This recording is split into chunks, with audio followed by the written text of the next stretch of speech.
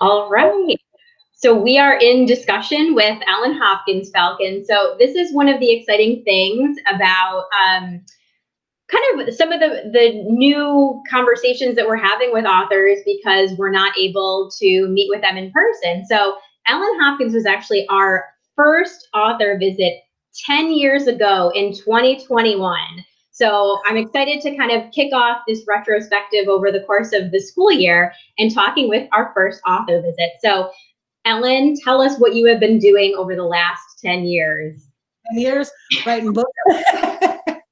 Let's see, 10 years ago. 2010. Writing books. So continue to write YA, of course. So I now have 14 young adult novels, 4 adult novels, and my debut middle grade just came out, and I just turned in another middle grade.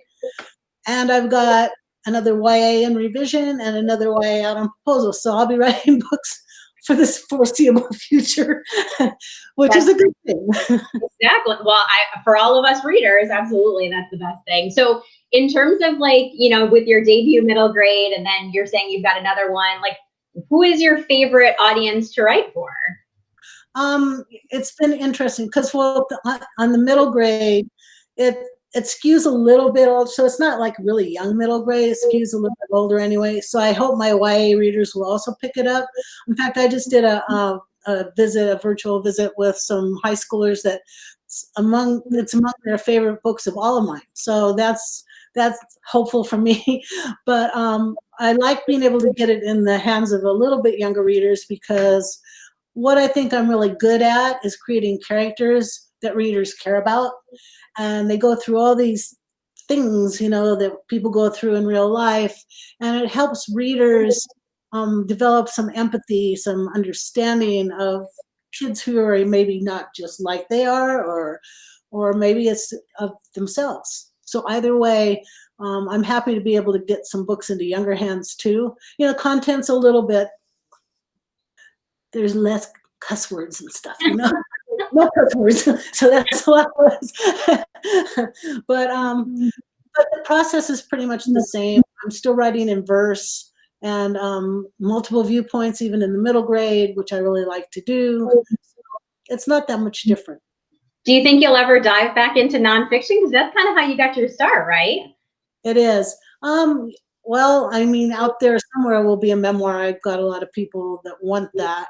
And I might, I'd like to do a big trade nonfiction if just the right project came up. I would do that. I like the research. I have a good nonfiction voice, which is why I was able to write nonfiction before. So it would be fun. Yeah. And I don't know, movie scripts maybe out there. I've done a play. I wrote a script for Crank on stage. So I've done that. And by the way, Crank is set to start filming as a movie in the spring. So I have not heard that. That is awesome. Yeah. And they've optioned the other 2 as well. So hopefully it'll be 3. And are you going to be one of those authors that has the cameo appearance somewhere in there? I'm sure I will. Fortunately, they gave me script approval and cast approval, so I'm able to really have some control over it, which is really good. Well, and you were talking about maybe doing a memoir or writing about your life in some way. Do you, with a lot of the newer, especially memoirs that come out, they tend to be you write it for an adult audience and then there's an adaptation for younger readers. Do you see it being targeted toward young adults because that's who you've been writing for? Or do you see it being an adult because you've written for adults too? It would probably be a pretty general audience, I think. I've written a lot of standalone poetry over the years, so I'm sure I would thread some of that through because there are poems that are representative of different stages in my life. Yeah. So I think I could be able to do it. And I haven't quite figured out the framework yet. Yeah. I might have to wait for some people to. That's the way it goes sometimes, right? Well, so how do you balance, all of the stuff you have to do in your regular everyday life with the writing, since you've got so many projects that you're working on? It's tough. I mean, because right now I'm overseeing distance learning for 3 kids as well. So like my office is on this level and they're like on that level. I'm doing a lot of stairs, which is probably a good thing, but I feel like I'm not ever sitting down. I'm always going, Grandma, come help. I'm like, "Oh, okay, here I go." And have you been able to do any like traveling, or are most of your visits and things right now virtual, obviously? I haven't been anywhere.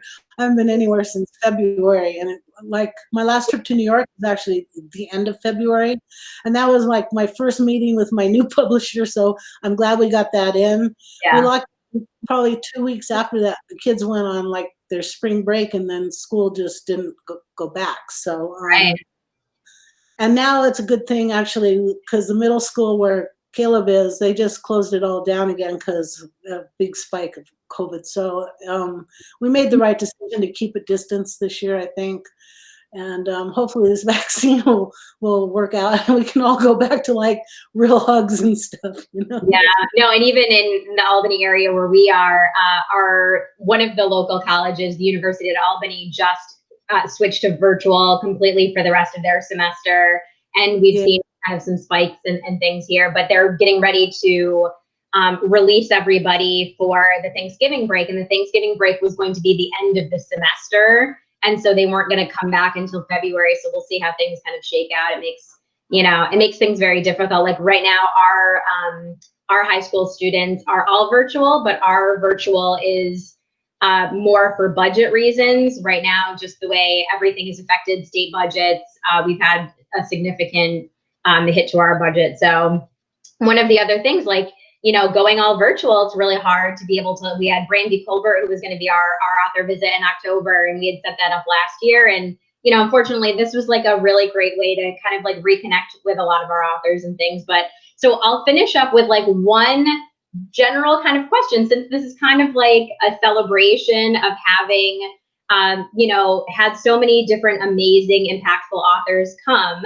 And it's basically like, how do you celebrate? Like when you have a new book published, or something like that Crank, play project, or the movie coming out, like how do you celebrate?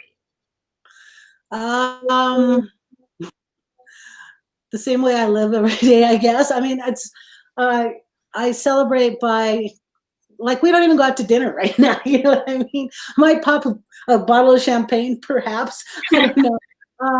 But I just spending time with the family, which is basically what I can do, and trying to do something fun with them.